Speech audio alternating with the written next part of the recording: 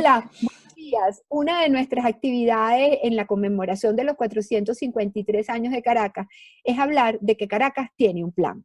Y en este caso queremos hablar es con las autoridades que en su momento impulsaron la elaboración de ese documento. Partimos siempre de la premisa de que Caracas es una sola ciudad y por eso requiere una visión integral. ¿Cuál fue nuestro reto y cuándo empezó?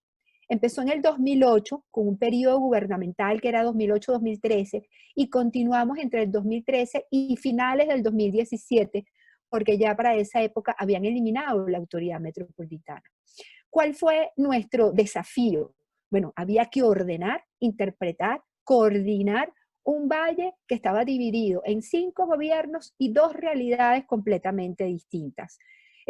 Lo que llaman la ciudad formal y la informal. Caracas siempre estuvo planificada, no es que nosotros fuimos los primeros.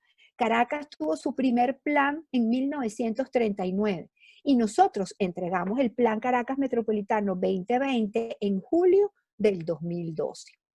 Lo hicimos conscientes de que estábamos en un territorio dividido en 5, donde la mitad, que era el municipio Libertador, pues no era muy comunicativa, de que teníamos además por encima 36 autoridades nacionales, 2 niveles regionales, 3 empresas de servicios, 32 ministerios con los que armar una conversación, porque la planificación se trata de diálogo. Empezamos llamándonos Caracas Distrito Metropolitano, de acuerdo a la ley, entre el 2000 y el 2009. Y luego nos cambiaron el nombre en abril del 2009 a Área Metropolitana. Y eso duró hasta el 2017. Al final, arbitrariamente, pues eliminaron la autoridad metropolitana. El cambio entre un periodo y otro, desde ese 2000 hasta el 2017, fue bárbaro. Cambió la ley, cambiaron las competencias, cambió el presupuesto, y la alcaldía tuvo que irse adecuando a los tiempos que vivía. Si ven estos gráficos, van a ver cómo era el tema espacial y cómo la gestión tenía que verse de distinta manera. Desde el nivel nacional, pasando por el regional, el metropolitano, que era el recién creado, y el nivel local, que regido por la Ley Orgánica del Poder Público Municipal, pues tenía 5 administraciones distintas.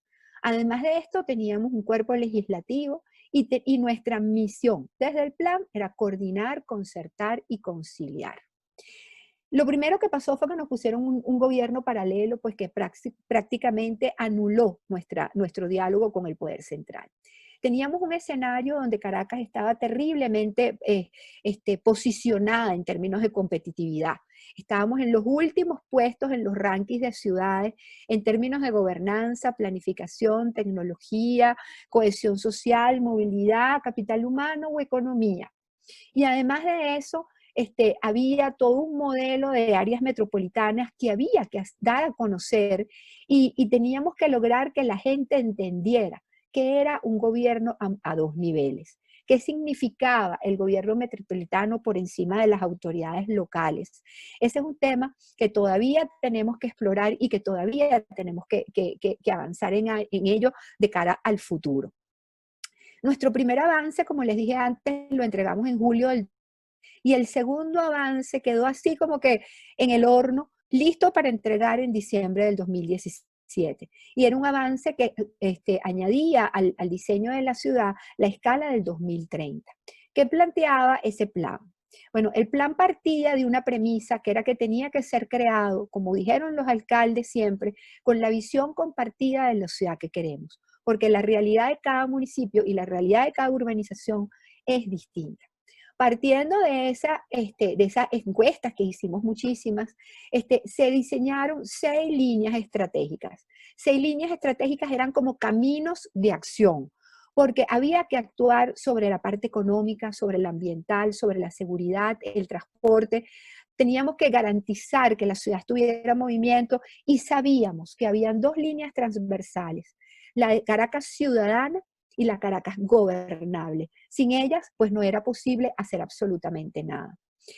Pasamos pues por varias etapas y tratamos de conciliar esfuerzos tanto con el Ejecutivo como el Legislativo, con los consejos locales de planificación, y hicimos mesas temáticas por áreas, unas de infraestructura, las otras de sostenibilidad, etcétera, etcétera. Esa visión compartida la hicimos de plaza en plaza. Teníamos algo que se llamaba el árbol de los deseos, y cada ciudadano pues escribía cómo veía la ciudad del 2020. Esa visión compartida pues coincidió con lo que muchos de nosotros queremos, que es que si rescatamos los valores, si rescatamos el respeto, la paz y la tolerancia, pues tendremos mucho más de la mitad del camino andado, porque necesitamos ciudadanos para seguir adelante. Buscamos además el apoyo de la cooperación internacional en términos de la Unión Iberoamericana de Municipalistas, el CIDEU, la CAF, Metrópolis, UCGL, etcétera, de los gremios y cámaras profesionales, de todos los gobiernos locales y de la gobernación de Miranda, y por supuesto de la sociedad civil organizada. Teníamos proyectos maravillosos que logramos hacer gracias a concursos públicos de ideas, como el del Parque La Carlota, donde queríamos transformar pues esa área subutilizada en un verdadero parque urbano para todos. Estábamos seguros de que Caracas tenía que ser una sola y que teníamos que ajustarnos además a los objetivos de desarrollo sostenible, a la nueva agenda urbana y a lo que estaba pasando en el mundo. Pero nuestra realidad era en la calle. Recuérdense que nuestra realidad era defendernos. Y a pesar pues, de esa lucha, logramos hacer muchos proyectos, como el Plan Espacial La Guardita, que hacía coincidir los municipios Sucre, Baruta y El Hatillo, o la recuperación del Centro Simón Díaz en Petare Norte, como un centro de vanguardia de arte, cultura y educación. Y comenzamos a celebrar la ciudad desde siempre. La Caracas ciudadana tenía como misión transmitir eso que tanto queríamos los técnicos del plan, de que la ciudad era de todos, que teníamos que trabajarla en de todos y que teníamos que propiciar el encuentro en los espacios públicos, que son los espacios de todos. Comenzamos a celebrar la ciudad en el Caracas 443, que fue en el 2010. Y de ahí en adelante seguimos por una cantidad de eventos. Del que más recuerdo con más cariño fue el 444, que era la ciudad, cultura y convivencia, donde llenamos a la ciudad de Leones, tamaño natural, con la ayuda de 44 maravillosos artistas y en alianza con Socieben, pues logramos hacer todo una demostración de lo que es civilidad, con proyectos, con una gran subasta que hicimos al final, donde los leones fueron vendidos y con ese dinero se logró hacer la sede de la Asociación de Sordos Ciegos de Venezuela. Actividades en el 445 que nos llevaron a hacer las fiestas de la convivencia, a celebrar exposiciones de proyectos, 100 ideas para Caracas en los espacios públicos, a elegir la reina de Caracas, a sembrar la zona protectora de la ciudad en conjunto con la Universidad Simón Bolívar y la Universidad Metropolitana, a recorrer la ciudad en bicicleta y hacer los bicirrales, hacer ferias en las mayores plazas pues, de la ciudad, a dar la cara por la ciudad junto a comediantes, artistas y por supuesto nuestros alcaldes. Y seguimos así hasta el Caracas 449, cuando integrando realidades pues logramos poner la accesibilidad universal sobre el tapete público. Así llegamos al Caracas 450, que era uno de nuestros mayores sueños y que no pudimos llevar a cabo porque estábamos en pleno toma de calles y protestas. Y hoy por hoy estamos en el Caracas 453, recordando lo que hicimos y poniendo a disposición la experiencia de lo que tenemos para todo lo que viene de hoy en adelante. Muchísimas gracias por estar con nosotros. Más allá del comedor, más allá de la habitación de la familia. El hábitat es el entorno, las cloacas, la canalización de las aguas servidas, el agua potable, la recreación, las aceras, la iluminación, las escuelas, los centros de trabajo. Pensamos en esa ciudad de servicios, que Caracas no simplemente fuera la capital, sino al mismo tiempo un centro atractivo para desarrollar servicios. La Caracas generadora de empleo, con las artes gráficas, con la industria de la zapatería, con la industria metalmecánica. La ciudad con una zona universitaria desde la Plaza Venezuela hasta Caricuao, pasando por el Paraíso, donde está el Instituto Pedagógico, la Universidad Santa María, la Universidad Católica Andrés Bello, la Universidad Nacional Abierta, la Universidad Simón Rodríguez y tantos centros universitarios, la zona de la salud, todo ese eje geográfico de San Bernardino, la ciudad de la recreación, y por eso nuestro empeño en el Parque para la Vida, que era La Carlota. Abrimos un concurso nacional e internacional de gran repercusión, que creo que fue uno de los grandes avances que dejamos. Sin embargo, ante la inquietud del profesor Negrón, no nos olvidemos que teníamos allí una muralla que era un régimen que cada vez que la alcaldía metropolitana proponía una solución para el problema de la gobernabilidad de Caracas, ellos inventaban cualquiera de fechos como ese proyecto paralelo que trataron de imponer en el tema del Parque para la Vida de La Carlota. Propusimos el tema de la vialidad, nos adelantamos a pensar en los nuevos desarrollos del metro, del ferrocarril, de los corredores, de completar el casquillo con la Cota 1000 y la variante del sur. Nos adelantamos el problema del agua. Sospechábamos que ya venía una crisis del agua en Caracas y por eso los tanques azules, que fueron una emergencia, nunca pensar en que la solución era un embalse de esa naturaleza, sino que la alcaldía metropolitana en su plan tenía contemplado seguir impulsando el desarrollo del TUI 4. Ese TUI 4 que haría posible que hoy Caracas tuviera agua potable, porque con los embalses de Camatagua y de Taguasa es agua suficiente, además de los embalses de reserva como la Pereza, como la Mariposa, como Cocodrilo, como Macarao, como otros más que existen y que lamentablemente están en pésimas condiciones. Sabemos que sin electricidad no hay bombeo para Caracas, porque esos sistemas TUI 1, TUI 2, TUI 3 necesitan unos cuantos megavatios para impulsar esas 22 toneladas de agua por segundo que tiene que llegar a una ciudad que está a más de 900 metros de altura. Y los sistemas TUI 1, TUI 2, TUI 3, como lo ha dicho el ingeniero José María de Viana, están actualmente deteriorados y por eso la crisis del agua que tiene la ciudad de Caracas. Hablábamos de la necesidad de pensar en recuperar nuestro Guaira. Hay que ver el dineral que se robaron estos bárbaros. Estamos hablando de centenares de millones de dólares que fueron destinados para rehabilitar el río Guaire, canalizar las aguas de las quebradas, como Catuche, por ejemplo, con que cuenta la ciudad de Caracas. Al mismo tiempo, pensábamos en el tema de la electricidad. Caracas ha tenido también sus plantas termoeléctricas, como la Tacoa, la India Urquía, que está en la zona de Miranda, otra planta, la Mariposa, además del servicio que llegaba a la capital gracias a empresas que fueron eficientes, como la electricidad de Caracas, ese servicio interconectado que dispara la energía desde Guni, desde la zona de Caroachi o de las Macaguas allá en la Guayana venezolana.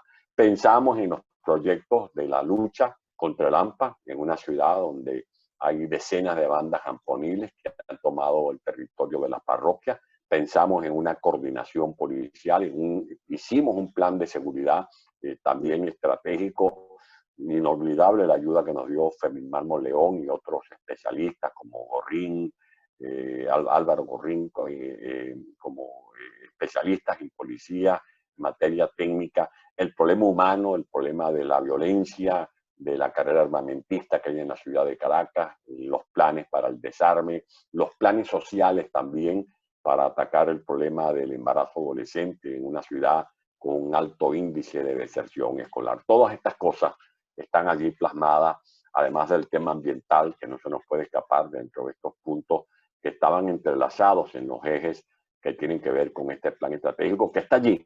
Creo que no es un esfuerzo perdido y lo que tenemos es que retomarlo y relanzarlo una vez que caiga la tiranía. Así es. Alcalde, muchísimas gracias. Yo quisiera un poco contextualizar el tema del plan desde el punto de vista ciudadano y desde el punto de vista técnico y profesional.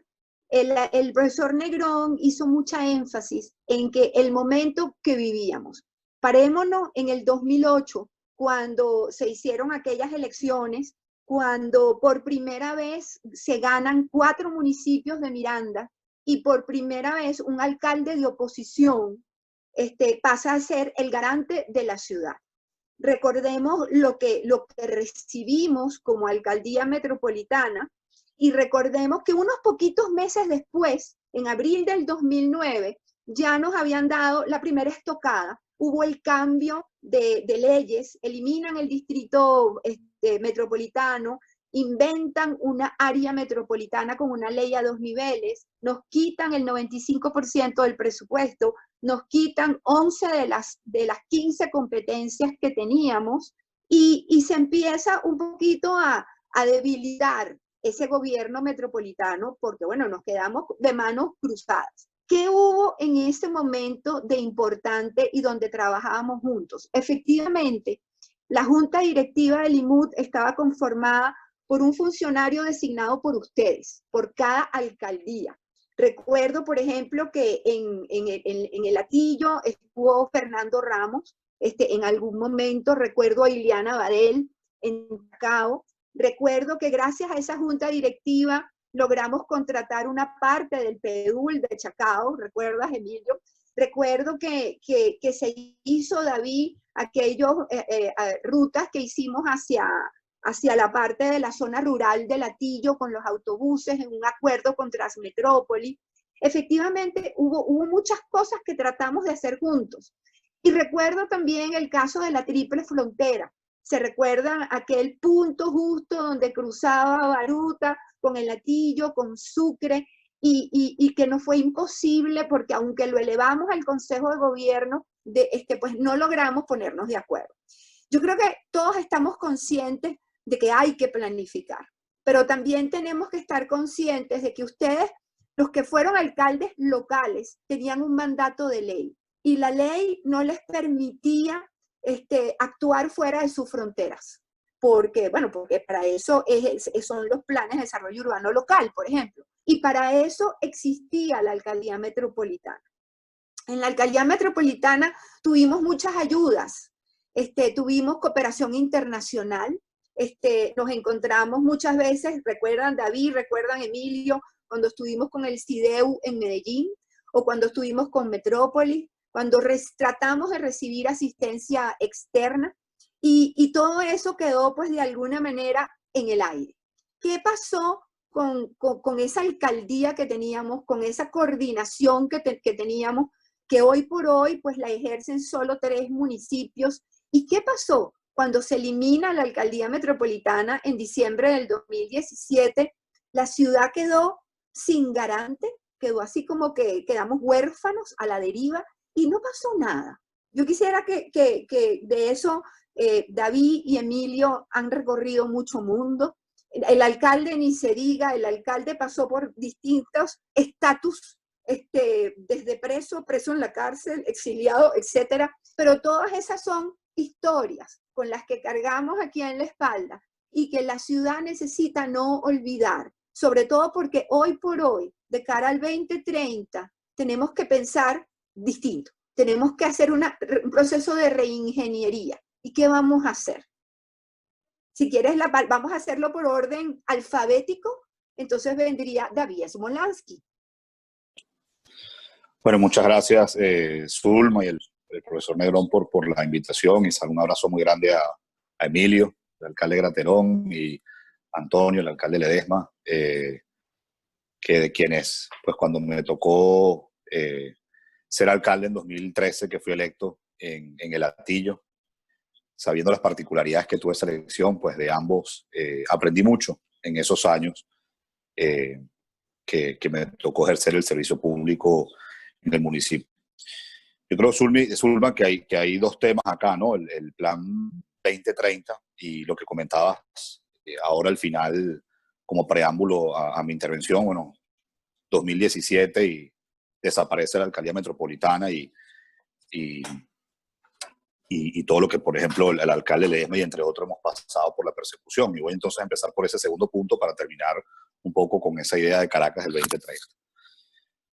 Yo celebro mucho este foro porque una de las cosas más graves que ha hecho la tiranía es pulverizar la descentralización. La descentralización fue una gran conquista de la democracia en Venezuela, cuando a partir del año 1989, con la COPRE, los venezolanos podían elegir a partir de ese entonces sus autoridades locales, es decir, alcalde con su cámara municipal y además sus autoridades regionales, es decir, los gobernadores con su consejo legislativo.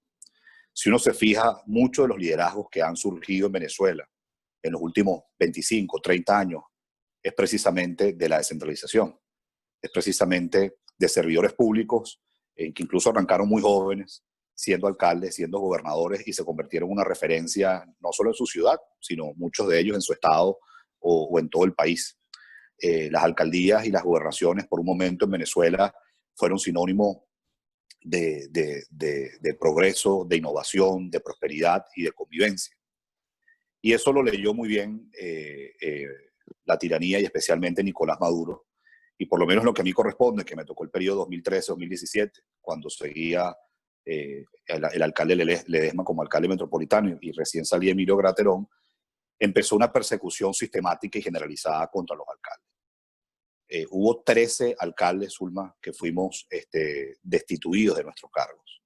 La mitad de ellos incluso fueron detenidos arbitrariamente, como ocurrió con Antonio Ledesma, como ocurrió con Daniel Ceballos, como ocurrió con Alfredo Ramos, entre otros. Y pasaron años en una cárcel militar o en el helicoide, etc. Otros fuimos forzados al exilio. Y lo que hoy hay es básicamente un cascarón vacío y unas pseudo-autoridades que los obligan a juramentarse ante una institución ilegítima, que es la Asamblea Nacional Constituyente, porque es la única forma de tener controlado a las autoridades locales. ¿Qué quiero decir con esto? Que si algo poderoso tiene la descentralización, además, es la autonomía.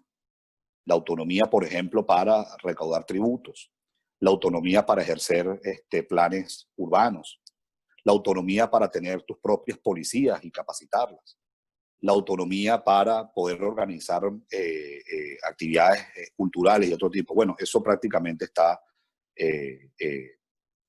erosionado. Y eso ha sido de lo más grave que ha pasado. Cómo se acabó la descentralización en Venezuela. Y eso es algo que nosotros debemos siempre expresar, recordar, porque cuando en Venezuela haya nuevamente democracia y recuperemos nuestras libertades y recuperemos el Estado de Derecho y tengamos un país con oportunidades, bueno, en todas esas cosas que Venezuela necesita, tiene que estar la descentralización. Tiene que estar la descentralización. Porque yo soy un fiel creyente que las naciones hoy desarrolladas en el mundo precisamente se basan en tener ciudades fuertes. Está el ejemplo de Alemania en Europa, Estados Unidos siempre ha sido un ejemplo en eso. Suráfrica en ese continente en buena parte surgió porque sus ciudades se hicieron cada vez más fuertes, y en nuestro continente, para ir más lejos, Brasil. Brasil ya no es solamente el Brasil de Sao Paulo, uno escucha hoy Brasil de Curitiba, de Belo Horizonte, Porto Alegre.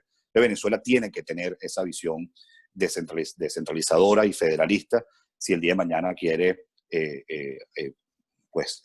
recuperarse de las ruinas que hoy lamentablemente la dictadura nos ha dejado. Este plan 2030, pues a mí me parecía algo muy importante. Nuestra prioridad, y ya para entrar en eso, era la seguridad ciudadana. Nosotros heredamos el municipio de más secuestros per cápita en Venezuela y uno de los más altos de América Latina, y se logró reducir más de 80%.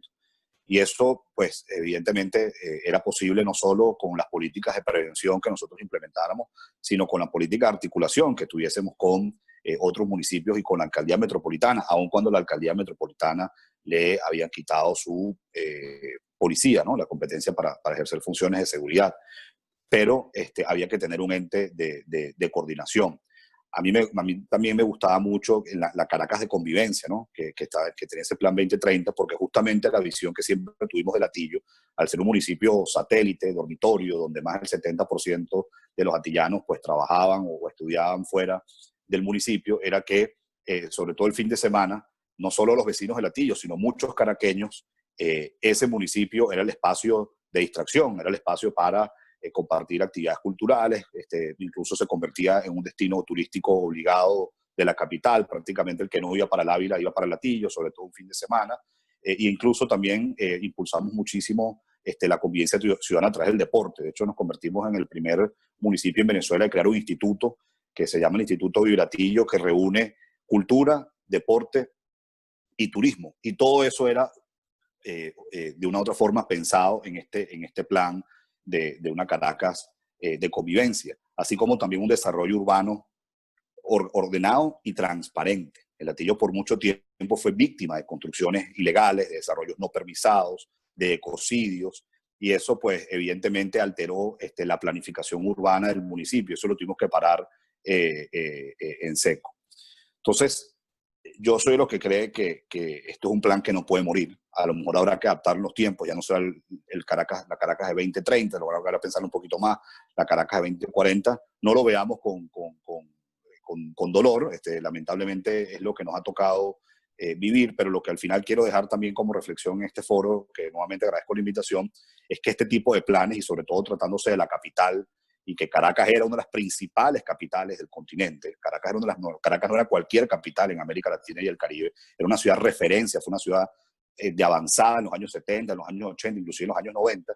Eso no se puede perder.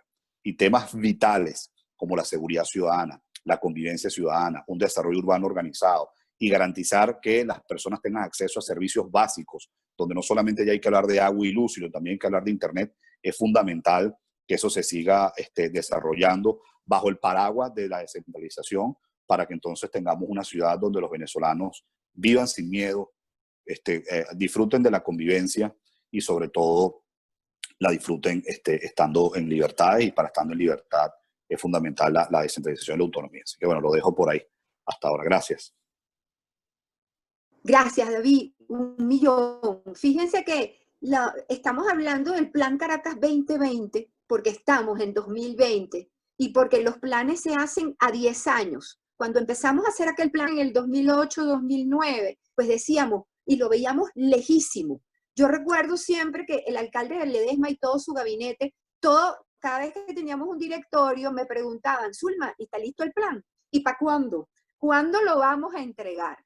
Y tenemos que recordar, depende mucho, como tú has dicho, de una política de Estado, y el poder local depende de la descentralización. Y efectivamente nosotros no estábamos en las mejores condiciones para como decía el alcalde también, tener las mejores relaciones con las empresas de servicio, por ejemplo, con el Metro de Caracas, o sencillamente tener el respaldo, el apoyo de los distintos niveles de gobierno que te tienen que sustentar pues cualquier intención para transformar la infraestructura de la ciudad. Ok, nos llegó el 2020, perdón, creo como un gran trabajo, y yo coincido contigo en decir que ese plan está más vigente que nunca. Y está vigente porque la ciudad y Venezuela no solo se paralizó, nosotros involucionamos. Ahorita tenemos los problemas de servicios públicos muchísimo peor de lo que lo teníamos hace 5 o 10 años. Entonces, como tú dices, ahorita en el hoy por hoy podemos plantearnos y revisar el cronograma de actuaciones urbanísticas que tenía ese plan Caracas 2020, que tenía actuaciones por municipio, y que deberíamos promover que la ciudad definitivamente tuviera una instancia que la lidere. Porque vuelvo otra vez, existen los 5 municipios y están actuando de manera individual, pero la ciudad de Caracas es una sola y su gestión debe ser integral. Le voy a dar la palabra a Emilio, 6 minutos, 7 minutos, para que redondeemos y para que después le preguntemos a los participantes. Bueno, muchas gracias, Zulma, un placer, de verdad. Un placer enorme compartir aquí con David, con quien hemos seguido trabajando muchísimo en otras facetas, pero hemos seguido trabajando. Pero también es un placer ver la ciudad. Y para mí es un honor poder hablar de último, porque siempre Antonio, cuando nosotros éramos alcaldes, era el último que hablaba. Y como siempre habla mejor que nosotros, porque es un brillante orador, entonces siempre marcaba la pauta. Así que es un verdadero honor poder hablar de último. Y un placer compartir con Antonio. Siempre es un gusto verlo y saludarlo. Mira, y yo quería comenzar por lo que tú decías de lo que ha significado el plan, ¿no? Y parece paradójico en un momento en que estamos hablando de la ciudad posible, de cómo construir una ciudad y gobernar una ciudad, que comencemos hablando del pasado, ¿no? De lo que significó la gestión de hace años. Tú decías, muchos de los que están aquí conectados eran unos niños cuando estábamos hablando del plan 2020, o ni siquiera se acuerdan de esos esfuerzos. Y yo creo que sí es muy importante entender el pasado, entender las experiencias, y no es un desaguisado, por decirlo de alguna manera, comenzar hablando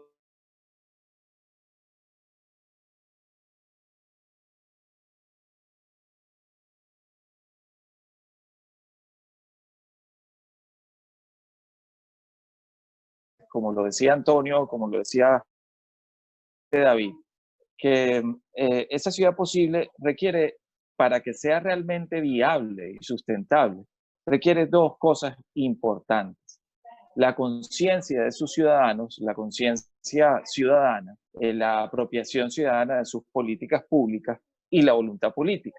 Obviamente, como decía Marco, el primer paso que requirió nuestro plan del que estamos hablando era la voluntad política, que desde el principio no se tuvo.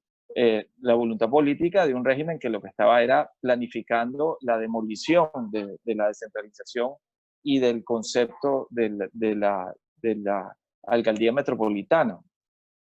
Y eso te lleva un poco a ver qué tenemos que hacer para que eso sea viable en el futuro, qué tenemos que hacer para que realmente logremos que el plan 2020, el plan de Caracas 2020, se realice en algún momento y que sea viable para que se sostenga en el futuro.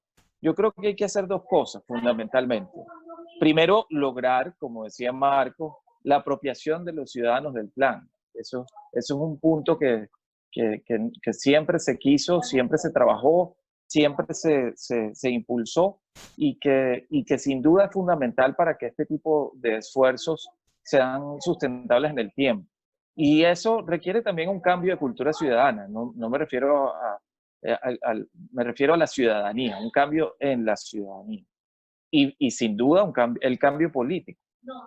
Así que, entendiendo esas dos cosas, yo quería compartir con ustedes, primero, lo que han sido las buenas prácticas de gestiones que nosotros llevamos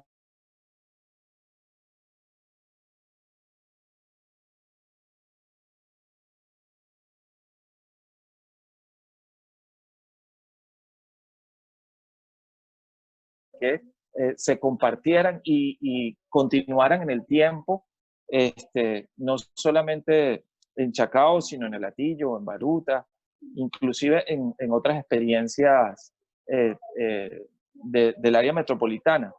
Y te cuento, fíjate la gran importancia que tiene la apropiación de las políticas públicas por parte de los ciudadanos. Hoy, que Caracas es quizá la ciudad más destruida de Latinoamérica, que los índices de calidad de vida y pobreza que tiene la ciudad de Caracas solo son comparables con los países más pobres del mundo, y que solo en algunas cosas medio competimos con los índices de desarrollo de Haití. En una comparación con el hemisferio. Vemos experiencias como, por ejemplo, las iniciativas que se tuvieron en materia de cultura ciudadana y en apropiación del espacio público, que todavía están vivas por iniciativa de la gente. Por ejemplo, en el Hatillo se sigue celebrando el Oktoberfest. En el Hatillo se sigue teniendo como referencia los eventos de cultura ciudadana que comenzó David, y que en este momento, sin ningún tipo de apoyo de políticas públicas, no me refiero a la alcaldía, sino de políticas públicas nacionales y de reconocimiento por parte de las autoridades, esas iniciativas siguen vivas, y siguen vivas porque la gente las hizo suyas. Y Vive el Hatillo, por ejemplo, sigue vivo porque la gente lo hizo suyo. En el caso de Chacao, por ejemplo, tú recorres los Palos Grandes y resulta impresionante ver cómo en los Palos Grandes siguen surgiendo obras de arte en los muros, murales bellísimos. La gente se toma fotos en una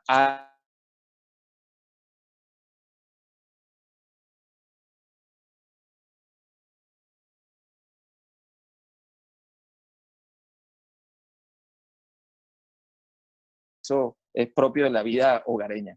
Pero ¿cómo vemos que la vida por los públicos de la Plaza de los Palos Grandes, de la Plaza Bolívar, siguen teniendo una agenda intensa, inclusive en medio de las circunstancias tan terribles de seguridad y de carestía que vive Venezuela y que vive la ciudad? Este año se celebró en el espacio público el Año Nuevo, como se celebraba en los años de apropiación del espacio público. La asociación público-privada, que es fundamental.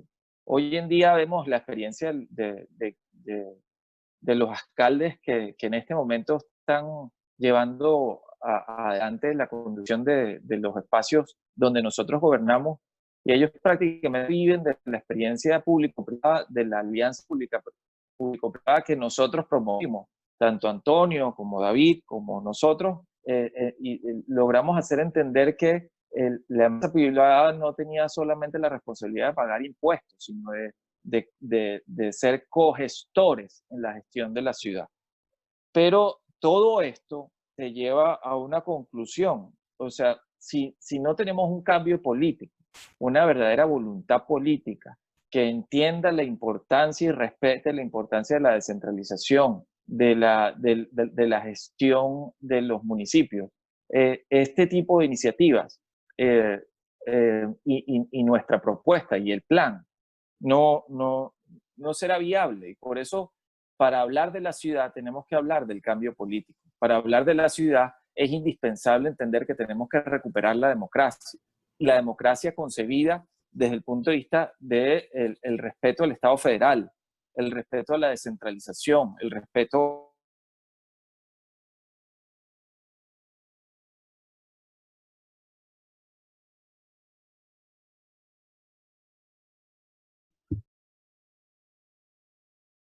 he dicho muchas veces, y Antonio también lo insiste constantemente en su rol político, en un país que tiene más de 9 millones de personas al borde de la hambruna, donde la situación es dramática y donde la institucionalidad está perdida por completo, estamos en una gran oportunidad, porque un país demolido, un país destruido, cuando se recupere, cuando recuperemos la democracia y tengamos a través del ejercicio verdadero del voto unas autoridades que abran las puertas de la democracia, tendremos la oportunidad de construir, no de reparar, sino de construir. Y yo creo que eso es un elemento muy importante. Por eso que en esas circunstancias el Plan Estratégico 2020 se va a conseguir con una realidad que va a permitir que se desarrolle prácticamente con un manto blanco, como una hoja blanca, una hoja limpia para poder comenzar a trabajar. Y eso nos tiene que llenar de optimismo, de capacidad de visión, porque el plan estratégico no lo debemos ver en el pasado, no lo debemos ver como una experiencia muy buena que no se pudo realizar. El plan estratégico sigue vigente. El plan estratégico, la visión de Caracas sigue vigente y la tenemos que seguir trabajando porque muy pronto la vamos a poder comenzar a ejecutar. Muy pronto la vamos a poder comenzar a hacer realidad y necesita de la inclusión, del trabajo y de la participación de todos los que tienen un interés en la ciudad, en el cambio de la ciudad. Y esa ciudad tenemos que construir los consensos necesarios para que sea la ciudad que queremos.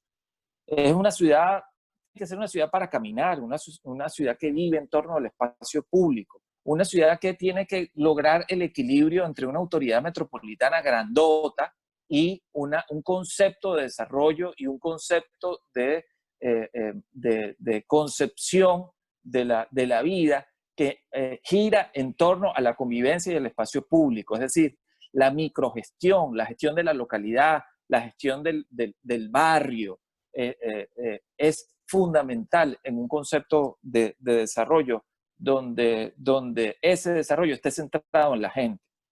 Entonces, tenemos que hablar de ese equilibrio entre la necesidad de una autoridad metropolitana y la importancia de la microgestión, por decirlo de alguna forma. La experiencia de planificar de abajo hacia arriba, que es la gran experiencia relatada por el profesor Negrón y que se logró con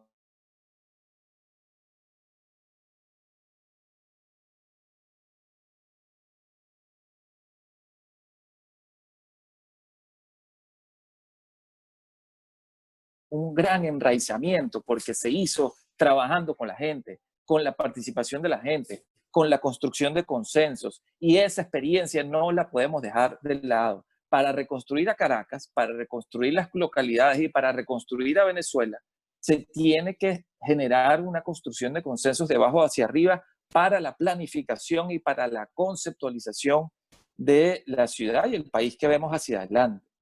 Y eso solo es posible si entendemos que la experiencia que se llevó a cabo deja puntos vivos, deja puntos que todavía después de los años siguen teniendo vigencia y siguen vigentes y siguen activos y siguen siendo políticas públicas que existen y que se están llevando a cabo porque la gente lo hizo suyos. Por lo tanto, tenemos que entender que la construcción de ciudadanía, que la ciudad tiene que ser una ciudad de ciudadanos, no de espectadores, de gente que se apropie de su espacio, de su ciudad y de las políticas públicas que están en torno a ellas. Porque esto es lo que hace sustentable la ciudad. Si nosotros pensamos en que solo un gobierno eficiente, municipal, puede lograr que la ciudad eche hacia adelante, estamos dejando de lado la parte más importante de la ciudad, que son los ciudadanos. Por lo tanto, tenemos que hacer un trabajo enorme y eso lo podemos empezar a hacer desde ya. O sea, no tenemos que esperar a que el cambio político se inicie, sino podemos empezar a hacer desde ya el trabajo de construcción de ciudadanía, de solidificación de ciudadanía, de construcción de los consensos en torno a la visión de ciudad que llevamos adelante.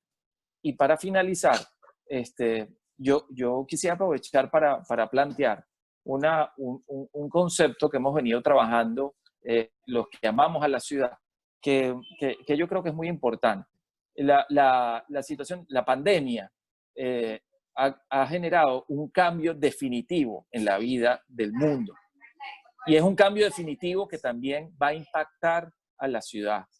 Yo creo que los resultados de la pandemia, los resultados del aislamiento social, van a traer cambios importantes en la visión de ciudad, en la planificación urbana, en el uso del transporte público, en la concepción, la cantidad enorme, contada por millones de personas en el mundo, que han decidido no volver a una oficina, en la concepción de esas ciudades donde había sitios llenos de torres de oficinas, donde la gente se movilizaba. El caso de Chacao es un caso temático de eso. Nosotros teníamos que administrar la entrada de más de 1 millón de personas al día que simplemente iban a sentarse en una oficina. Y eso va a cambiar. Eso sin duda va a cambiar. Y eso es una gran oportunidad. Es una gran oportunidad porque también va a cambiar justo, van a ser cambios que vamos a vivir justo cuando el cambio político se dé.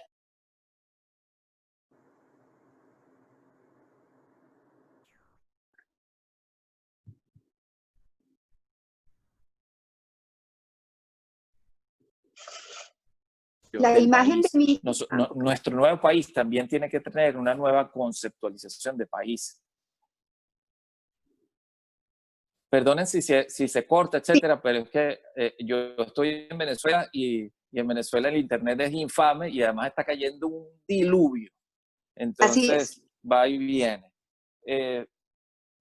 Bueno, entonces, para terminar, Zulma, yo les quiero plantear una idea que ha salido, que ha resultado medio revolucionaria en los que nos amamos a la ciudad desde el día que lo planteamos hace como 5 meses.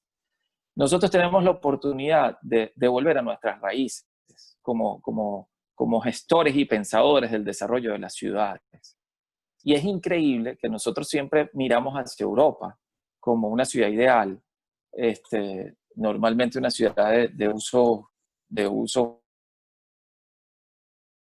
de manera, hacemos la planificación urbana en nuestras ciudades.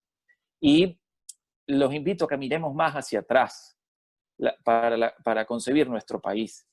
La América precolombina era una América que estaba centrada en las ciudades, las grandes civilizaciones precolombinas eran de ciudades asociadas unas con otras. Los niveles de desarrollo y de calidad de vida que se daban en esas ciudades eran enormes, mucho más grandes que inclusive en paralelismo temporal con las ciudades europeas. Y entonces nosotros nos podemos plantear, volver al concepto de que Venezuela tiene que ser un país de ciudades asociadas. El concepto de federalismo que está en la Constitución, quizás lo tenemos que concebir como un concepto donde nosotros tenemos que centrar el desarrollo de Venezuela en ciudades prósperas, chiquitas, grandísimas como Caracas, pero tenemos una oportunidad de oro porque la mayor parte de las ciudades venezolanas no son megaciudades. Entonces tenemos la bellísima oportunidad de tener un país de ciudades asociadas. Imagínense concebir, por ejemplo, Guatire y los valles del Tuy en ese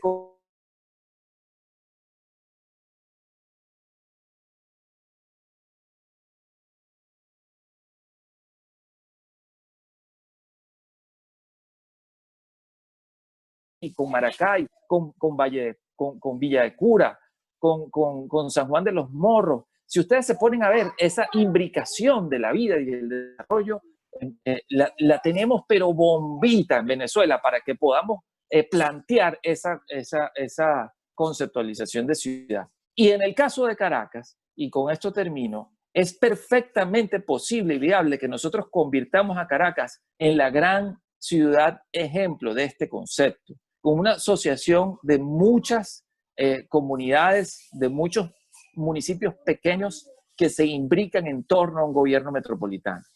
Por eso termino con esto. Yo creo que el primer paso que hay que dar cuando logremos derechos es hacer el cambio constitucional necesario para que Caracas tenga un solo gobierno metropolitano y muchos gobiernos municipales. Un gobierno metropolitano fuerte, pero que se asocie con gobiernos locales mucho más difuminados que los que tenemos ahorita. Yo creo que esos mega municipios como el municipio Sucre o esos municipios gigantes como el municipio de Latillo, que tiene una zona realmente económicamente viable, chiquitica, de un territorio gigante. Lo mismo pasa con la zona del municipio Libertador. Cada una de las 22 parroquias del municipio Libertador debería ser un municipio y tener un gran estado capital que gobierne y que se imbrique en asociación con estos municipios que piensen el desarrollo en el localismo. Termino con esto.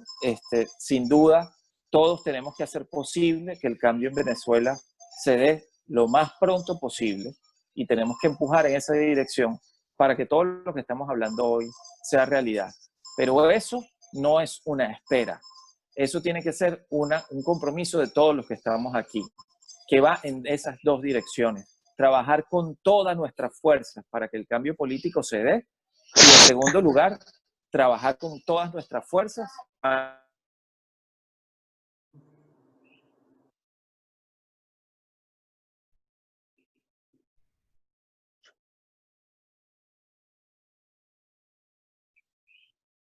Gracias, Zulma, gracias a todos.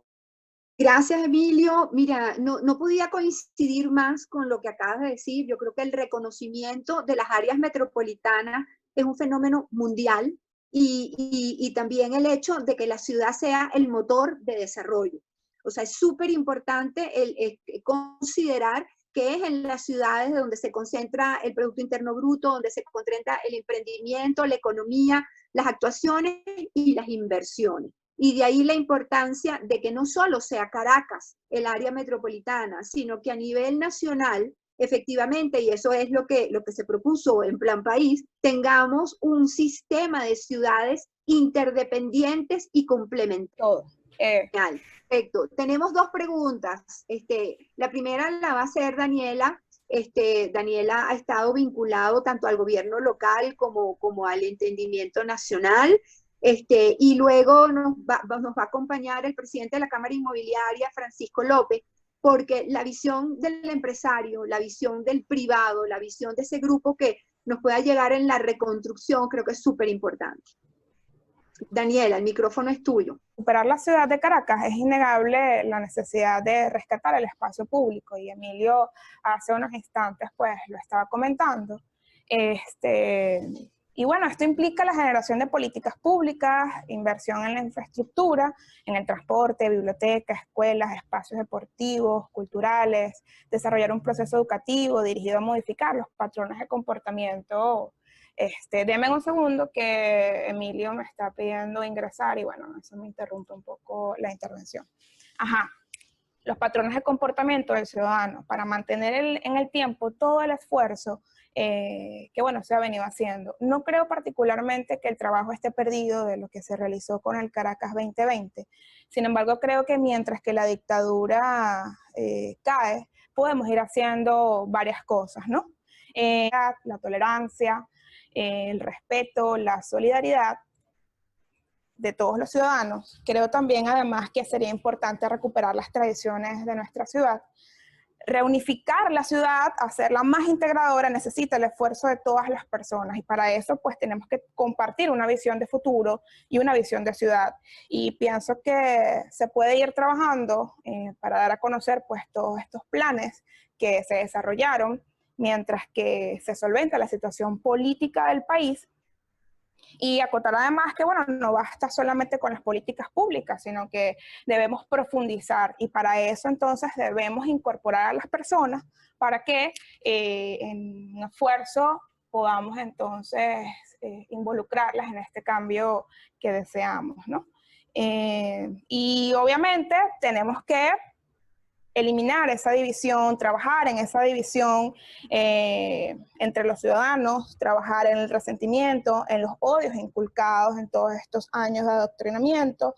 Y bueno, para eso también la política juega un papel súper importante, lo decía Emilio también además, y creo que sería bueno entonces comenzáramos a trabajar en esto, en la recuperación de los valores, en los principios ciudadanos, para que entonces todo este trabajo se mantenga en el tiempo. Perfecto. Muchísimas gracias, Daniela. Fíjate que ahora cuando terminemos esta ronda y los alcaldes pues respondan, yo voy a pasarles unas láminas que tenía preparadas para que veas que todo lo que estás diciendo, creo que fue lo que trató de hacer el plan. El plan está más vigente que nunca. Yo no lo veo en el olvido, lo veo como un inmenso esfuerzo, y creo que tu idea de ponerlo en el tapete para que sirva de ejemplo para otras administraciones, para no tratar de inventar el agua tibia, sino posicionarnos sobre una cantidad de proyectos y de estudios que se hicieron, creo que puede ser el punto de partida para que Caracas despegue y avance hacia el 2030. Ahora quisiera darle la palabra a Francisco López, el presidente de la Cámara Inmobiliaria, que amablemente nos está acompañando en la mañana de hoy. Y quiero que Francisco plantee esa perspectiva, esa visión del empresario privado en todo este tema de la reconstrucción de la ciudad y como motor de desarrollo. Gracias, Francisco. ¿Puedes tú abrir tu micrófono? Daniela, creo que lo tienes que activar tú, Daniela.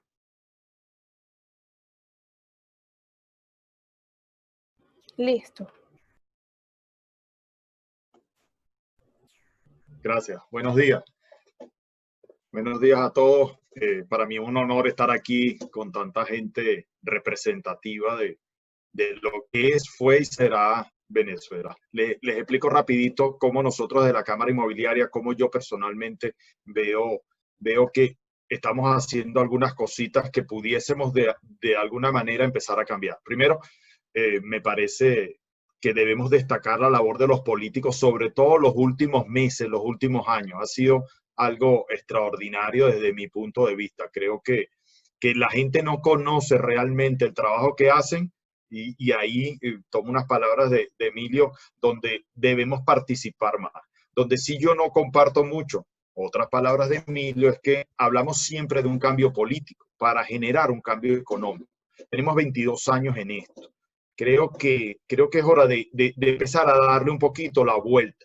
Yo no digo abandonar el cambio político, yo digo absolutamente Venezuela es viable sin esta gente que hoy en día detenta el poder de alguna manera, artificialmente, como lo querramos llamar, pero es evidente que son los que manejan los hilos políticos, el poder. Pero ¿por qué no empezamos a generar un cambio económico? Para que ese cambio económico genere el cambio político. Estadísticamente hablando, la gran mayoría de países que se han generado los cambios políticos han sido por cambios económicos. Y nos hemos empeñado siempre en hacer un cambio político. Creo que en este foro donde estamos participando hoy, absolutamente todos, salvo estos malandros o como los querramos llamar, que nos estaban boicoteando, el resto estamos conscientes de que todos queremos un cambio político. Lo que no tenemos claro como sociedad es cómo llegar a ese cambio político. Y ahí es donde nos ha faltado, quizás a los políticos, saber interpretar cómo llegarle el mensaje a la gente para que la gente termine dando ese paso para producir el cambio político. Y yo desde mi parcela lo veo muy clarito, lo veo que debemos empezar a empujar el cambio económico. ¿Y cómo podemos empujar el cambio económico? No vamos a poder influir en las políticas económicas del Estado. No, ya sabemos cómo ellos piensan. Ellos no van a cambiar de la noche a la mañana. Sí podemos aprovecharnos. A veces nos necesitan, a veces nos usan. Bueno, nosotros seamos un poco más vivos. Juguemos Caribe, juguemos de alguna manera a sacarle provecho cuando ellos están débiles. Pero sin tomar en cuenta eso, ¿qué pudiésemos hacer nosotros? Nosotros podemos hacer muchas cosas en plan positivo, porque siempre el mensaje es: todo está mal, todo está mal, todo está mal, tenemos que cambiar para hacer las cosas bien. ¿Por qué no empezamos? ¿Por qué no empezamos con este plan? ¿Por qué no empezamos a generar cambios chiquiticos que se puedan hacer, planes especiales que a la vez generen la empatía de la gente para que la gente se empiece a involucrar? Eso para mí es un cambio económico. Eso para mí hace que empiece la semilla a germinar para que se produzca el cambio político. No podemos seguir diciéndole a la gente que simplemente esto va a cambiar un día en la mañana porque vamos a lograr cambiar la política o los políticos de turno que nos manejan. No, esto tiene que ser algo poco a poco y tenemos muchos cambios que podemos hacer desde el punto de vista del sector empresarial, de mi sector, del sector construcción inmobiliario. Hay tantas cosas que podemos hacer, hay tantas cosas, entre ellos este plan Caracas. ¿Cómo mandarle ese mensaje a la gente? ¿Cómo hacer que la gente empieza a ver las cosas en positivo? Vamos a involucrarnos, lo decía bien Emilio y creo que el alcalde Ledesma también lo decía. Hagamos que la gente participe. ¿Pero qué le pedimos a la gente? Salir a marchar. Ya la gente creo que no va a salir a marchar, pero a lo mejor la gente sí se involucra en tomar una decisión del mercado de Chacao. A lo mejor la gente sí se involucra en qué hacer en el Hatillo, qué hacemos en Baruta con algunas zonas. Empecemos a hacer cambios económicos. que produzcan cambios políticos.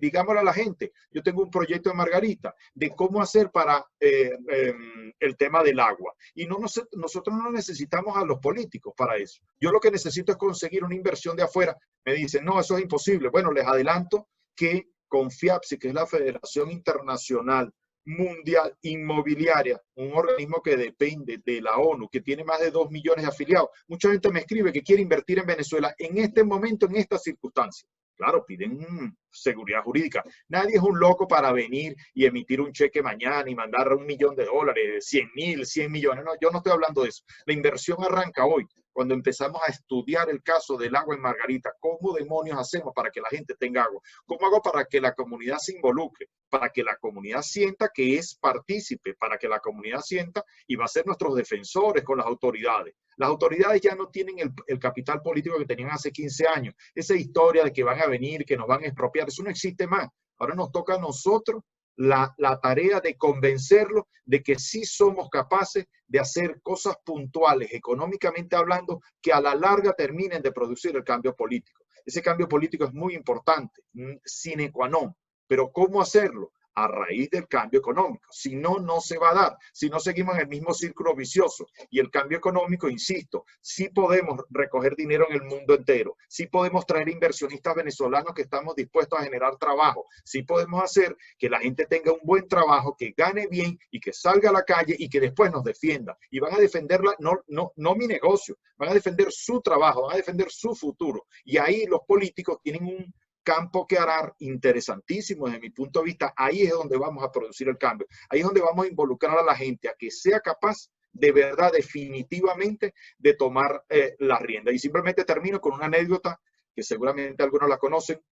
En el año 1885, Venezuela quebrada, mucho antes del petróleo, el café estaba por más allá de las deudas, todas las haciendas quebradas, y unos gochitos por allá perdidos, allá entre Táchira y Colombia, decidieron montarse en una mula, agarrar unos sacos de café, unos saquitos chiquitos en una mula, 21 días hasta Maracaibo, con todo que estábamos en plena guerra federal. O sea, la situación, como dice Elías Pino Iturrieta, siempre nuestra situación es la peor. Mentira. En la historia de Venezuela hemos vivido crisis tras crisis tras crisis. Para mí la peor situación en la historia es la mía, la que estoy viviendo ahora. Pero seguramente cada quien vivió sus problemas. Estos gochitos agarraron y se fueron en mula hasta Maracaibo. En Maracaibo se montaron en un vapor y llegaron a Alemania. Ustedes saben que a raíz de eso fue que en Alemania llevaron el café de nosotros a Chicago y se empezó a comercializar el café venezolano a partir de una iniciativa económica, con todo y que estaban quebrados, con todo y que tenían encima invasiones, guerras y todo, y fue una gente que empezó a hacer. Eso hizo que las empresas alemanas se empezaran a venir para Venezuela. Y ellos no venían a comprar café, ellos venían, era porque sabía que había comercio y que los venezolanos teníamos dinero. Y después empezaron las empresas americanas a llegar a Maracaibo. Ese cambio, esa actitud de ver cómo resolver los problemas, nada más ese cambio puede generar al final el cambio político. Y yo lo que quiero es invertir el orden, no pensar que el cambio político se va a mantener, trabajar de la mano con los políticos. Yo no digo que la antipolítica, no, nosotros necesitamos imperiosamente que alguien nos dirija y en eso lo han hecho perfecto nuestros políticos. Pero ¿cómo ayudarlos nosotros? ¿Cómo hacer para que el político nos convenza? Bueno, vamos a hacer la parte económica, que es muy importante. La gente necesita hoy en día es agua, luz, trabajo. ¿Cómo hago yo para generar trabajo? Sin esperar mucho tiempo, porque la gente necesita comer hoy, no necesita comer dentro de un rato. Y esa presión económica va a hacer que esta gente que detenta el poder no sabe vivir en condiciones buenas. Siempre le gusta el caos, siempre le gusta la pelea, siempre le gusta boicotear, siempre le gusta hacer cosas malas. Si nosotros hacemos que la gran mayoría de nosotros empecemos a hablar en positivo, seguramente logramos el cambio político que todos ansiamos. Gracias.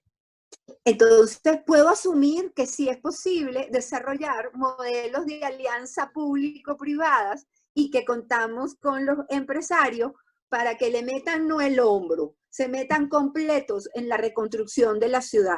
Yo creo que los municipios necesitan que la ciudad sea construida entre todos. Venezuela necesita que el país sea construido entre todos y que no solo seamos mirones de oficio, como hay mucha gente por ahí, como esos que estaban echando varilla, sino que definitivamente hay que actuar. Yo creo en el emprendimiento, en la creatividad y en la innovación. y ahora es que se puede. Tenemos una última pregunta. Disculpa, ¿Perdón? Zulma, esa asociación pública-privada, en vez de ser público-privada, debe ser privado-pública, porque nosotros sí tenemos la fuerza para empujar hoy en día y que la parte pública empuje a los privados, no que los privados vayan detrás de la mano de los públicos. No, los políticos tienen muchas cosas que hacer. Vamos a hacer que cambiemos y vamos a involucrar a mucha gente que está muy ávida de hacer muchas cosas organizadamente, bajo unas premisas, bajo unas variables, y qué mejor que este plan. ¿Por qué no arrancamos con un pedacito del plan? Eso es lo que hay que hacer. Hay que comerse la torta por pedacitos y efectivamente hay que hacerle la vida fácil a quien quiere invertir. Recuerdo que el alcalde Ledesma siempre hablaba de una taquilla única para la atención de todas aquellas personas que están interesadas en aportar de distintas maneras, pero todas están interesadas en aportar. Hay una última pregunta que está de Ariana González. Ariana es una activista enamorada de la ciudad y que quiere también hacer un planteamiento. Ariana, si estás ahí, activa tu micrófono. Daniela le activa el micrófono a Ariana, por favor. Gracias. Sí, aquí estoy. Bueno, un saludo a los alcaldes. Gracias, Zulma, por organizar esto. La verdad que estas iniciativas nos ponen a todos como en un contexto distinto, tomando en cuenta que vivimos en dictadura.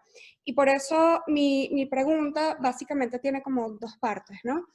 Lo primero es que luego que recuperemos la democracia, quisiera saber si los alcaldes consideran que la ley del poder público municipal debe hacer algunos ajustes, algunas reformas para poder avanzar en el desarrollo de esta ciudad integral que estamos viendo en este plan Caracas 2020.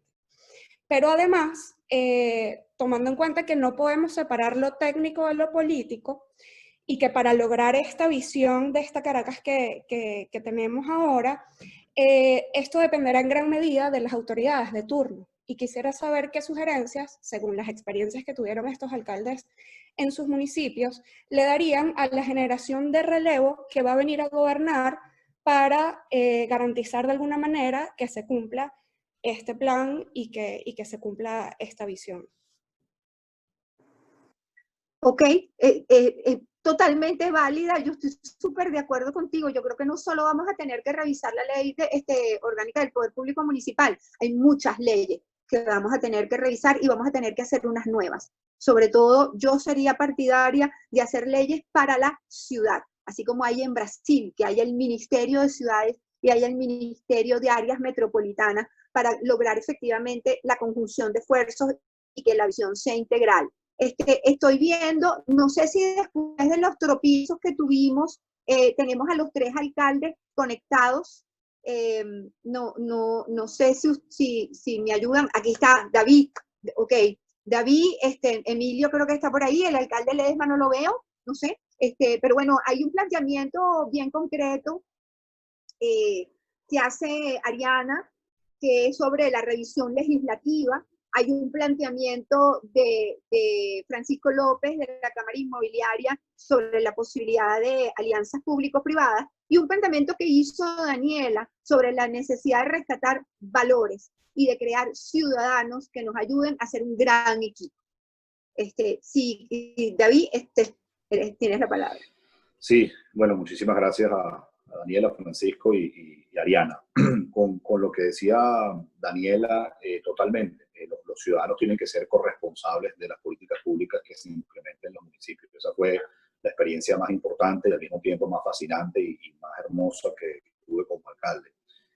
La participación ciudadana con la transparencia eran nuestros ejes transversales de la gestión. ¿Por qué ejes transversales de la gestión?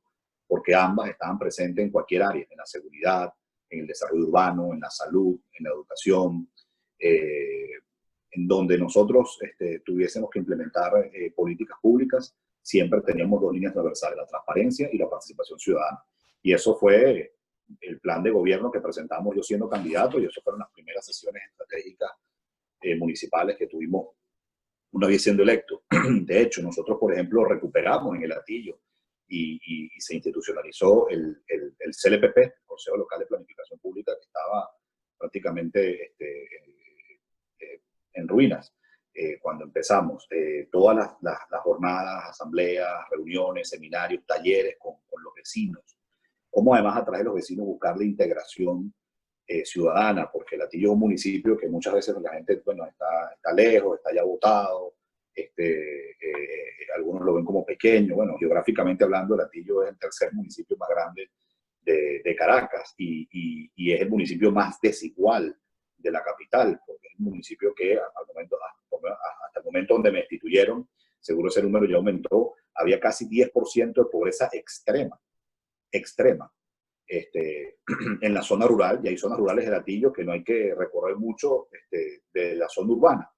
Entonces, si hay una máxima que cualquier autoridad local debe tener, sea del Ejecutivo o Legislativo, es poner en práctica la participación ciudadana, pero no de la manera, no de la demagogia, no de la retórica, no del asistencialismo, sino que realmente los vecinos sean copartícipes de las políticas públicas que se implementen, y hay espacios espectaculares para hacerlo. Solamente menciono 3. Está el Consejo Local de Planificación Pública, están las asociaciones de vecinos, que el régimen ha venido liquidando a través de esta política cubana de las comunas y los consejos comunales, pero las asociaciones de vecinos son además una figura constitucional, y entiendo por ahí que en Miranda se está haciendo una ley que atentaría contra las asociaciones de vecinos.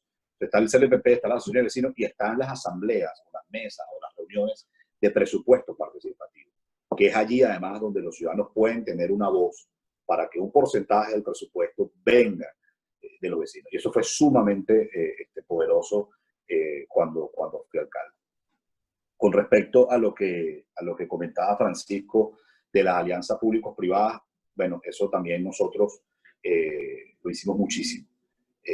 Hay que incorporar mucho más al sector privado en la gestión municipal, sobre todo en municipios donde hay restricciones presupuestarias, como es el caso de Latillo. Latillo no es precisamente el municipio que se haya caracterizado por grandes comercios, por grandes industrias, etcétera, pero allí involucrar el sector privado sí, es fundamental. Yo recuerdo, por ejemplo, yo creo que al momento que me destituyeron, no me arresto, nosotros inclusive creamos una dirección general de gestión social que bajo esa área estaba la coordinación de relaciones interinstitucionales, y ahí se llevaba todo lo que eran los acuerdos con el sector privado, y gracias a convenios con el sector privado, por ejemplo, nosotros por 3 años implementamos el programa del bulto escolar, que eran más de 1000 morrales con todos sus útiles para que los niños de las escuelas municipales ubicadas en la zona rural, en el pueblo y en el Calvario, pues que arrancaran el año no solamente con su morral, sino con cuadernos, con libros, con diccionarios, etcétera. Nosotros con el sector privado pues hicimos muchísimos eventos culturales de todo tipo, obras de teatro, conciertos, talleres de emprendimiento, también recuerdo. Entonces, al sector privado hay que involucrarlo en la gestión municipal. A veces yo sentía que había cierto pudor, y a veces somos víctimas de esa cultura asistencialista, y que el alcalde te lo da todo, la alcaldía te lo da todo, y no. O sea, más bien una alianza con el sector privado por ejemplo, te destraba en el buen sentido la burocracia, te agiliza algunas actividades, haces que esa empresa también sea socialmente responsable, porque de una u otra forma obligas a la empresa a ser socialmente responsable. Creo que cuando se habla de convenios con el sector privado, no solamente hay que pensar en las grandes empresas, no solamente hay que pensar en empresas que estén fuera de los municipios, también como los pequeños y medianos comerciantes pueden ser parte de ellos. En Latillo hay una cosa bellísima, que cada vez que hay una procesión, por ejemplo, son muchos los pequeños y medianos comerciantes que aportan para vestir a Santa Rosalía, para que la procesión se pueda dar, en fin. Entonces, sí, o sea, la participación ciudadana, clave, Daniela, y el sector privado siempre hay que involucrarlo. Y lo que pregunta Ariana, bueno, la ley del poder público municipal, yo sí creo que hay que hacer una revisión exhaustiva a la ley del poder público municipal. Para empezar, es una ley que hay que actualizar, que hoy la verdad es que no se está poniendo en práctica porque la descentralización en Venezuela se acabó. Hay algunos temas donde yo creo que las alcaldías pueden ser, los gobiernos municipales pueden ser mucho más autónomos. Yo creo también que, por ejemplo, los temas de licitaciones a nivel municipal a veces tomaban mucho tiempo y estaban regidos por otras leyes, que yo creo que a través de estas leyes se puede trabajar. Yo siempre he pensado que, bueno, que las alcaldías no solamente deben tener sus cuerpos policiales, sino deben tener la autonomía para formarlas como fue en el pasado. Eso se perdió. Y también creo que un debate que habrá que dar en Venezuela, no estoy diciendo que esté 100% ganado esa idea, es el tema de los servicios básicos. Si esos servicios básicos, más allá si son del Estado o se privatizan, yo creo que es mucho más eficiente si se privatiza. La gente va a tener que pagar, pero va a tener agua y luz. Hoy no pagas y no tienes ni agua ni luz.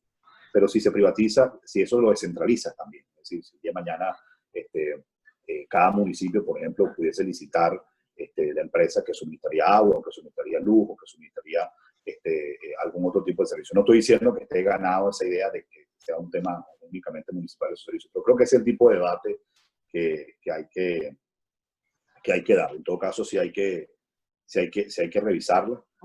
Creo que hay que empoderar mucho más a las asociaciones de vecinos en esta ley. En municipios como Latillo, eso es un trabajo espectacular que se puede hacer por sus características. Y bueno, ¿y qué ejemplos se le puede dar a las generaciones de relevo, Ariana? Mira, primero, servir por vocación y convicción. Yo siempre le decía a mis funcionarios públicos que ellos no son funcionarios públicos, ellos son servidores públicos por vocación y convicción. Segundo lugar, no ver el servicio público para lucrarse. El servicio público se tiene que ejercer con transparencia, con honestidad, utilizar herramientas tecnológicas para que ayude a un gobierno abierto. Hay que erradicar la corrupción de Venezuela. Es uno de los peores cánceres que hemos tenido. Y definitivamente hay que hablar de gobierno transparente, ¿no?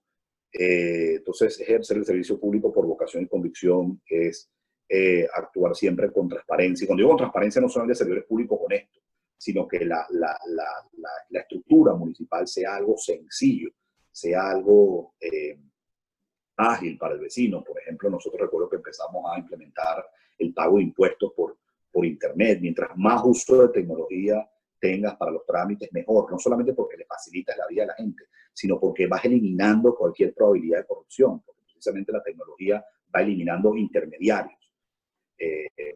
La participación ciudadana también es un ejemplo, es una recomendación que le doy para las generaciones de relevo. Olvidar que ustedes están allí por la gente y que las personas pasan y las instituciones quedan. Emilio lo decía, ahí está, Viveratillo sigue, y Calvario y Puertas Abiertas sigue, y otras actividades que surgieron en mi gestión continúan. Y yo puedo tener diferencias con quienes hoy se hayan juramentado bajo la Constitución y todo eso, pero al final yo no pensé en quienes venían después, yo pensaba en los vecinos y pensaba justamente en las próximas generaciones. Entonces, transparencia, participación ciudadana, servir por vocación y convicción, y ser amplio también, ¿no? Es decir, ser amplio y saber cuándo hay que tener un rol institucional y cuándo hay que tener un rol partidista. Yo creo que hay que saber también diferenciar muy bien esa responsabilidad. Gracias. Mil gracias, David. Ahora, antes de darle la palabra a Emilio para que pues, responda a las preguntas, Emilio, yo quisiera añadirte una pregunta. Fíjate que el tipo de alianzas que hasta ahora hacen los municipios son alianzas, como contaba David, de repente para unas comidas, o para un morral, o para unos útiles, o para cambiar unos bombillos. O sea, son cosas prácticamente de escala local. Yo quisiera elevar de repente la posibilidad de esas alianzas en la construcción dura de ciudad, en la construcción de infraestructura, abrir lo que entendíamos eran las licitaciones para hacer nuevas vías, los permisos para nuevos desarrollos y áreas de expansión de la ciudad, donde efectivamente haya construcción de residencias, de servicios, de comercios. O sea, es un poco esa no es la visión compartida, sino es la construcción compartida de todo lo que hay que hacer y que necesitamos el músculo privado para hacerlo.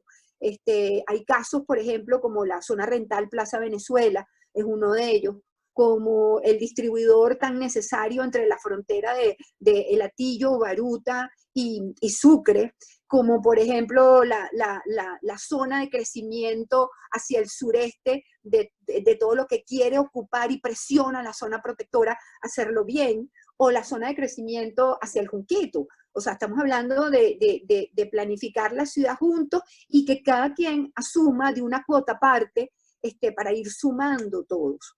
Emilio, ¿estás ahí? Porque no te veo. Daniela, ¿tú ves a Emilio? Ahí está, ok, ya, bien, por fin. Ok, espero que si me escuchaste la reflexión va un poquito viendo esa Caracas donde estamos hoy, que quiere avanzar, que quiere ponerse y seguir la tendencia mundial, que quiere ser una gran metrópoli y que necesita hacerse entre todos. ¿Qué piensas tú, por ejemplo, de que Caracas o las ciudades en Venezuela tengan una corporación de desarrollo como hay en Medellín, como hay en Bogotá, o como hay en Barcelona, España? La corporación del Plan Estratégico de Barcelona, que ya tiene 30 años haciendo las cosas poco a poco, y la continuidad administrativa pues se cumple. ¿Habrá posibilidades en un futuro de elevar las alianzas público-privadas en ese sentido? Ya va que tengo aquí un saboteador insigne. Temas de casa. Ya va, hijo, que estoy aquí. Bueno, en primer lugar quería responder un poco el planteamiento de Francisco, ¿no? Yo estoy absolutamente ganado a tu idea y creo que es una política que podemos plantear inclusive como una solución para la coyuntura inmediata. Y te robo la idea oficialmente, Francisco. En segundo lugar, sí, yo creo, Ariana, que la Ley Orgánica del Poder Público Municipal hay que rehacerla completamente con el contenido de la visión de desarrollo, que tiene que ser la visión de desarrollo para la Venezuela siguiente. Y eso incluye el planteamiento de Zulma. Yo sí creo que para hacer sustentable el desarrollo de las ciudades, las ciudades tienen que ser autónomas, inclusive desde el punto de vista de su ejecución financiera. Pero esa autonomía tiene que tener un cambio de foco, un cambio de mentalidad, de mirar cómo es la autonomía financiera de la ciudad. Yo creo que el gran error que ha habido en la concepción de ciudad, en muchos casos, es tratar de transferir la estructura burocrática y financiera del gobierno central hacia las ciudades. Las ciudades tienen una vida diferente, tienen una dinámica completamente distinta. Y el concepto de las corporaciones, por eso creo que es fundamental el tema de la reforma de la Ley Orgánica del Poder Público Municipal. Yo creo que es fundamental el entender con un nuevo enfoque el concepto de las mancomunidades, que hasta ahora solo habían sido conceptos de servicios públicos para sumar soluciones a problemas muy grandes, pero en realidad puede ser una maravillosa solución financiera, puede ser una maravillosa solución operativa en unos casos, y en otros casos a la inversa. Tú puedes crear comunidades absolutamente autónomas de la dependencia del servicio público. Ayer estaba viendo un caso, por ejemplo, de colombiano, de una isla que está en el Caribe, Isla del Carmen, creo que se llama, una cosa así, que ellos están absolutamente aislados, completamente aislados, pero son totalmente autónomos. Obviamente es una isla, pero nosotros podemos tener, y la crisis, como decía Francisco, nos puede servir como para soluciones como esa. Por ejemplo, nosotros construimos el parque, el centro de desarrollo, una biblioteca, el parque Khalil Gibran, sin poner un centavo público. Por ejemplo, lo único que se hizo fue poner el espacio, el terreno. Se logró construir todo el bulevar Arturo Uslar Pietri, que es ese sistema de circulación peatonal que ustedes ven frente al centro comercial San Ignacio, que baja hasta la Francisco de Miranda. Y eso fue con solamente negociación, solamente alianza, solamente acuerdos.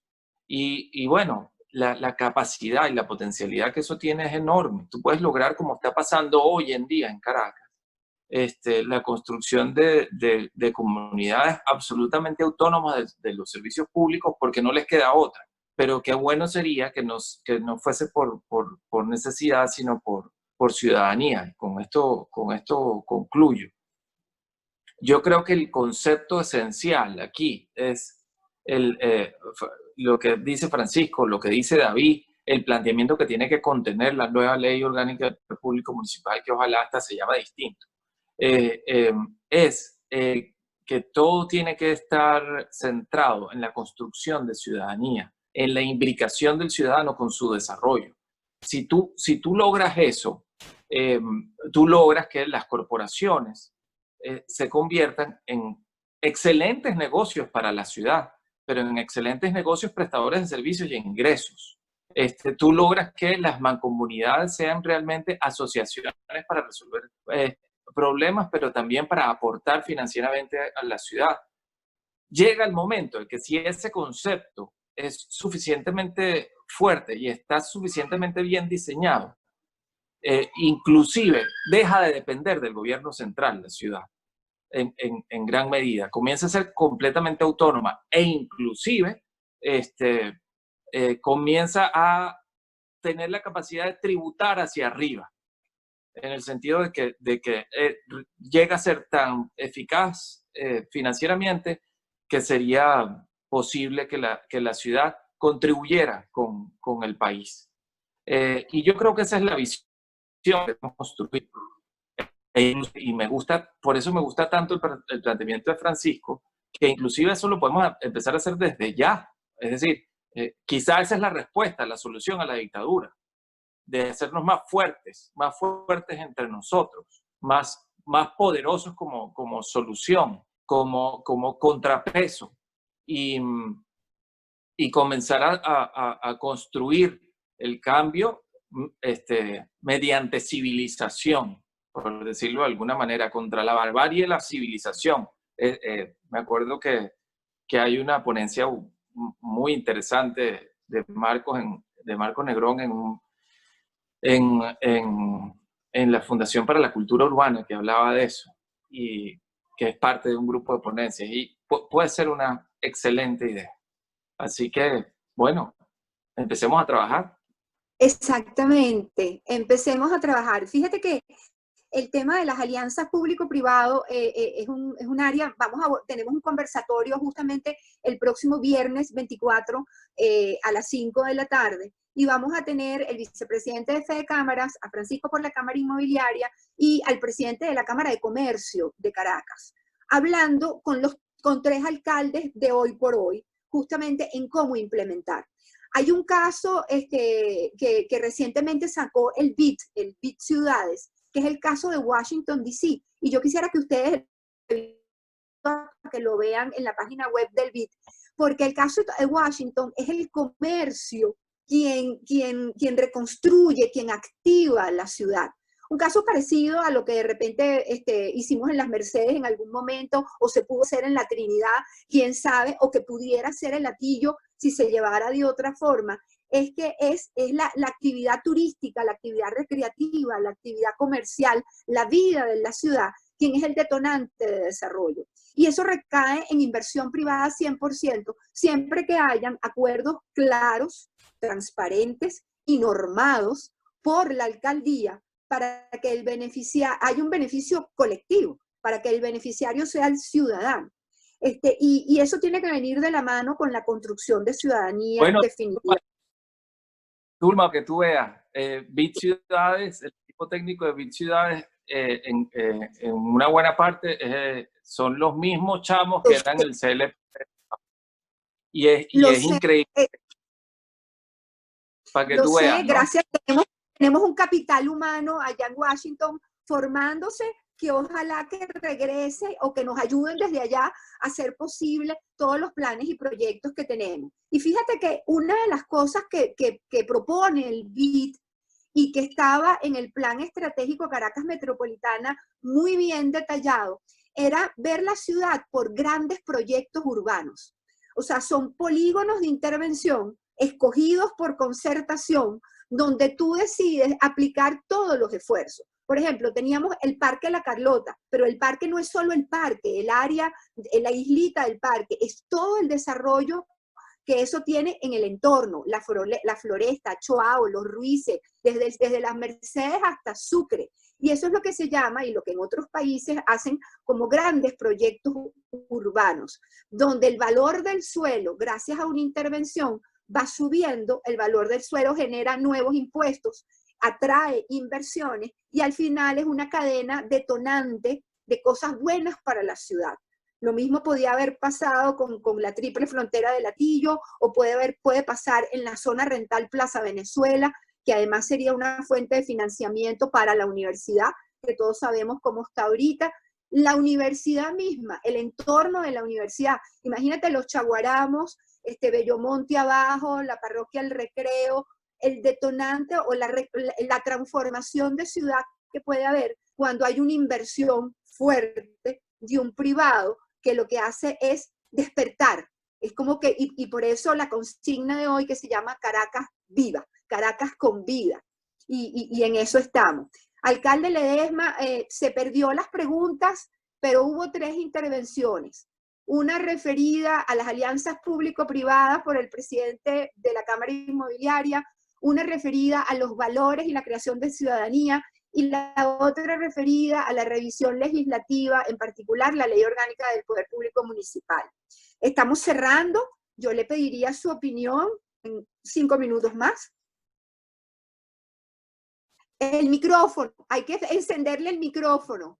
Daniela, ya, listo. Como lo planteaba David Molaski, hay que rescatar la descentralización.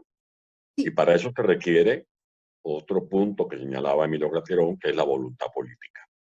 Venezuela necesita un plan de Estado. He venido proponiendo la necesidad de que se suscriba un plan con una visión de largo Estado. No puede ser un plan de gobierno porque tiene sus limitaciones en el tiempo. Yo apuntaría me sumaría a la idea de un plan de Estado con visión de corto, mediano y largo plazo. En segundo lugar, un replanteamiento de la economía venezolana y de los mapas mentales venezolanos.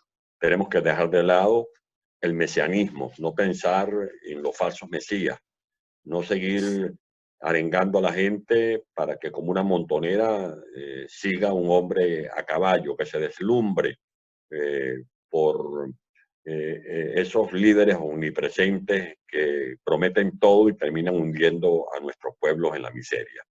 En tercer lugar, que cerremos ya la fase de la Venezuela rica porque tenemos petróleo. Eso es totalmente falso, eso es un mito.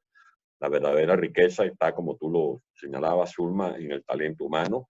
Ese talento humano que se está pertrechando en este momento en la diáspora, adquiriendo conocimientos y que seguramente va a transferir a Venezuela. Y desde luego entender que la globalización se da también de ciudad a ciudad. Esos aprendizajes que tú señalas de Washington, la experiencia de Londres, la experiencia de Curitiba, que citaba al principio de su intervención el alcalde Smolansky, las experiencias que hemos tenido en Medellín, por ejemplo, requieren, por supuesto, de condiciones de servicio. Y en eso el plan estratégico tenía una visión importante. Yo soy optimista de que Venezuela podrá superar dificultades como, por ejemplo, la electrificación. El portento que tiene Venezuela es envidiable. Son más de 35.000 megavatios. La hidroelectricidad que genera el Guri, Caruachi, Macagua, más el complejo Uribante Caparo, que tiene, además de la Vueltosa, San Agatón, el complejo de Santo Domingo, el complejo de La Peña, el de Masparro, la red de termoeléctricas, que son muchas a lo largo y ancho de Venezuela, el Termo Carabobo, Planta Centro, la India Urquía, el Tablazo en el Zulia, la que hay en el Orituco del Guárico, la que hay en Ciudad Lozada, la que hay en Achagua, la que hay en definitiva, Venezuela está regada de termoeléctricas, pero no hay mantenimiento, no hay políticas de inversión adecuadas y además la corrupción, que es el gran impuesto contra los ciudadanos, es la corrupción, porque la corrupción arrasó con la posibilidad de tener un buen servicio interconectado desde el punto de vista de electricidad. Y fíjate que cuando hablaba de Caracas, Caracas tiene agua suficiente almacenada en Taguasa y en Camatagua. Por supuesto, hay que hacer el trabajo de mantenimiento, de dragado de esas presas, al igual que hay que hacerlo en las presas de reserva que tenemos en Caracas, como la pereza, como la mariposa, como otros animalitos, además de cocodrilo, etc. Pero no habrá aguas a Caracas, no habrá agua hasta que no se resuelva el problema de los equipos de bombeo y de la electricidad.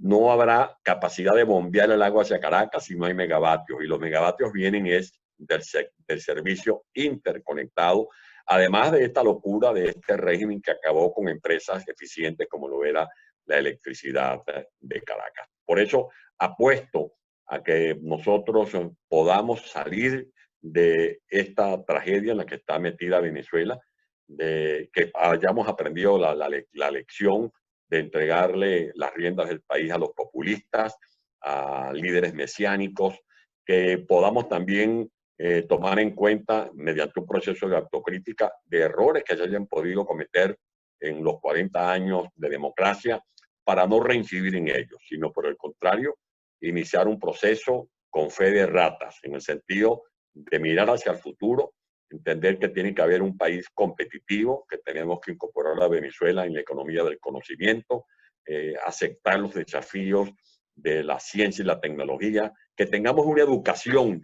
Mi sueño es una educación donde los niños vayan a aprender, de que los niños vayan a la escuela a disfrutar, que la escuela sea un espacio para disfrutarla, para aprender, que los muchachos se acostumbren a leer diariamente las páginas de un libro para que al final del mes se hayan leído 4 o 5 libros, que puedan manejar los recursos de la computación, de las computadoras, las redes, las tecnologías, que puedan hacer negocios o proyectos online, que podamos tener muchachos que manejen 2, 3 idiomas, que conozcan varias civilizaciones, varias religiones, que conozcan lo que es el mundo, que podamos tener una juventud que centre también su esfuerzo de aprendizaje en la aritmética, en las matemáticas, que puedan hacer diseños de inversiones, de finanzas y que estudien moral y cívica, que tengamos una escuela formadora de ciudadanos,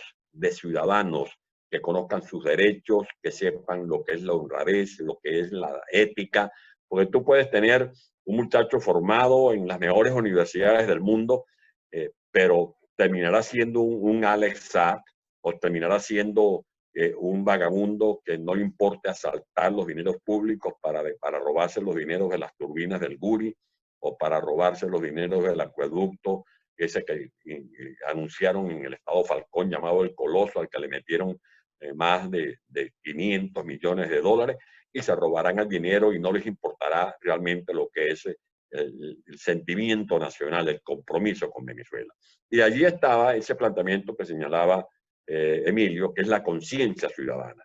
La conciencia ciudadana, y es la angustia existencial que creo que conmueve al profesor Negrón cuando hablaba de la necesidad de que la gente asumiera el plan estratégico como una herramienta suya, que era que para decir el plan de Caracas es el plan del ciudadano, es el plan del ciudadano de Macarao, es el plan del ciudadano de la Trinidad, el plan del ciudadano de Petare, el plan del ciudadano de Latillo, de Catia, de San Pedro, de todos los sectores de la ciudad, porque sin planificación vamos a seguir teniendo una ciudad convertida en un caos. La realidad de hoy es que Caracas vive un San Plegorio. Es doloroso ver cómo está la ciudadanía de Antímano, todos esos sectores donde no llega el agua potable, cómo vive la gente en los sectores de los Magallanes de Catia, sin luz eléctrica, el colapso de los hospitales. Caracas llegó a tener una buena red de hospitales de referencia, como lo fue, por ejemplo, el Hospital Clínico Universitario, hospitales de trauma shock, como lo fue el Hospital Periférico de Catia, hospitales especialistas en toxicología, como lo fue el Hospital de Coche, el Hospital RIS, que es especialista en tratamientos oftalmológicos, hospitales de referencia como la Maternidad Concepción Palacios, el Hospital JM de Los Ríos, y una red de ambulatorios para la asistencia primaria que dejara de lado ese esquema de la medicina de las urgencias, la medicina del socorro, sino que pusiéramos ir avanzando en lo que es la medicina familiar,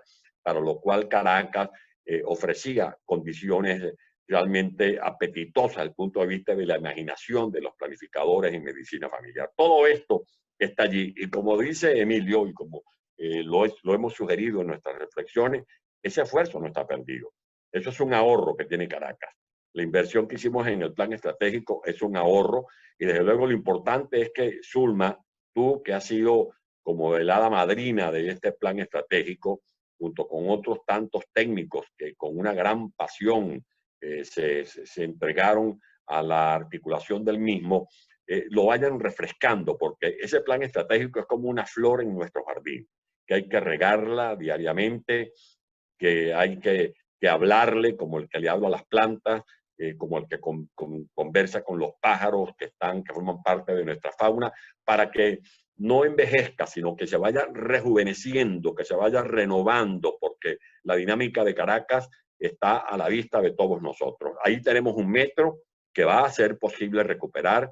Allí están los prolegómenos de un ferrocarril que habrá que interconectar con el servicio del metro, que habrá que desarrollar la vía perimetral de Caracas, que habrá que hacer ese casquillo completo que se entrelace con la Cota 1000, que vamos a poder desarrollar la vía definitivamente de la Cota 1000 hacia el litoral guaireño, que se podrán hacer los túneles que puedan conectar desde Caricuao hacia el litoral guaireño para desahogar el tránsito de Caracas, porque ahora no hay colas, porque la ciudad está colapsada, pero llegará el momento en que se va a reactivar la economía de Caracas y de toda Venezuela.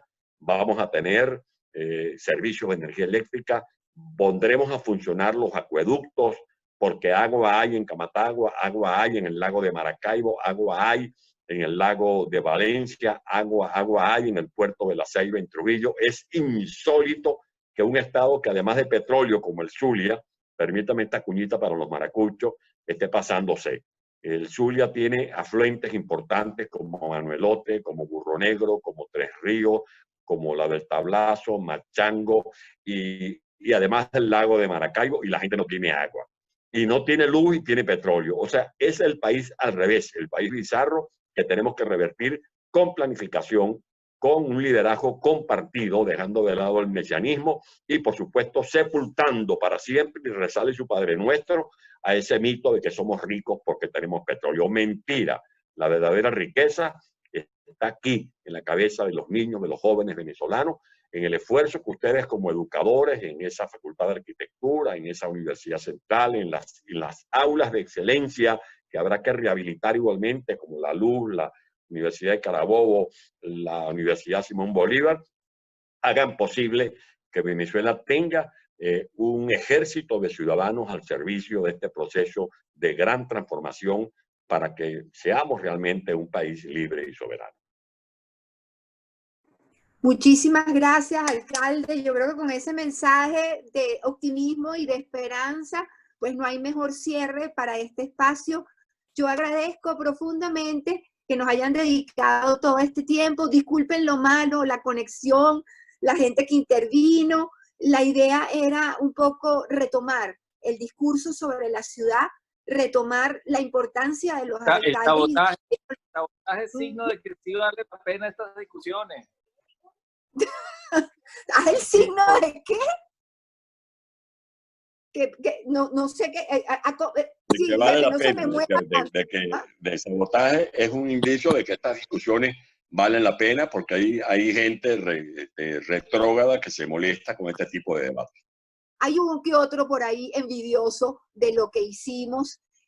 Yo quiero invitarlos. Nosotros hemos programado el equipo que trabajó en el Instituto Metropolitano de Urbanismo Taller Caracas de la Alcaldía. equipo que el alcalde pues mantuvo casi por 10 años, con excelentes técnicos. Unos poquitos quedan aquí, casi todos están regados por fuera, pero todos nos vamos a conectar el viernes a las 11 de la mañana y vamos a contar cómo lo hicimos. O sea, cómo fue ese proceso de empezar de cero, de investigación, de lucha, de tratar de llegar a las comunidades más pequeñas, pero estábamos hablando de 3 millones de personas, de tratar de conciliar con el individualismo de 5 municipios tan distintos, que cada uno tenía sus propios intereses, los problemas financieros, que en este momento pues no se dijeron, pero si alguien sabe de un presupuesto precario es David, y de tratar de hacer lo que puedes con las 3 lochas que tienes. Yo creo que ese es un tema donde en la alcaldía, a fuerza de pedir, de tener muchos amigos y muchos asesores gratis, pues logramos hacer muchísimas cosas. Bueno, todo ese cuento se los vamos a echar el viernes a las 11 de la mañana. Yo no quiero quitarles más tiempo. Yo tenía unas láminas preparadas con imágenes de lo que fueron los aniversarios de Caracas, desde el 444, ¿se acuerda, alcalde, cuando hicimos aquellos leones que paseamos por toda la ciudad con los artistas? Cuando elegimos las reinas de Caracas, que lo hacíamos allá en el centro deportivo que está en Cebucán, en el Papá Carrillo, y todos los alcaldes nos acompañaban. Cuando hacíamos el Atillo Puertas Abiertas y sacábamos las mesas de los negocios para comer, y ahí empezó Vive el Atillo. Cuando en Chacao se hacía Chacao de noche, y todas las actividades de cultura Chacao, son muchísimas cosas que celebrar. Y yo lo que les agradezco es que ustedes sigan ahí, que nos estén acompañando y que nos apoyen a seguir adelante. Así que muchísimas gracias a todos. Un abrazo. Gracias. Un abrazo a David, a Emilio, al profesor Negrón. Muchas gracias, alcalde Antonio. Chao, Emilio. Gracias. Gracias, Zulma, por la invitación. Y gracias a ustedes. Gracias a Daniela Velázquez por la administración del espacio y a todo el apoyo de Fundación Ciudad. Muchísimas gracias. Nos seguimos viendo. Chao, chao, Marco.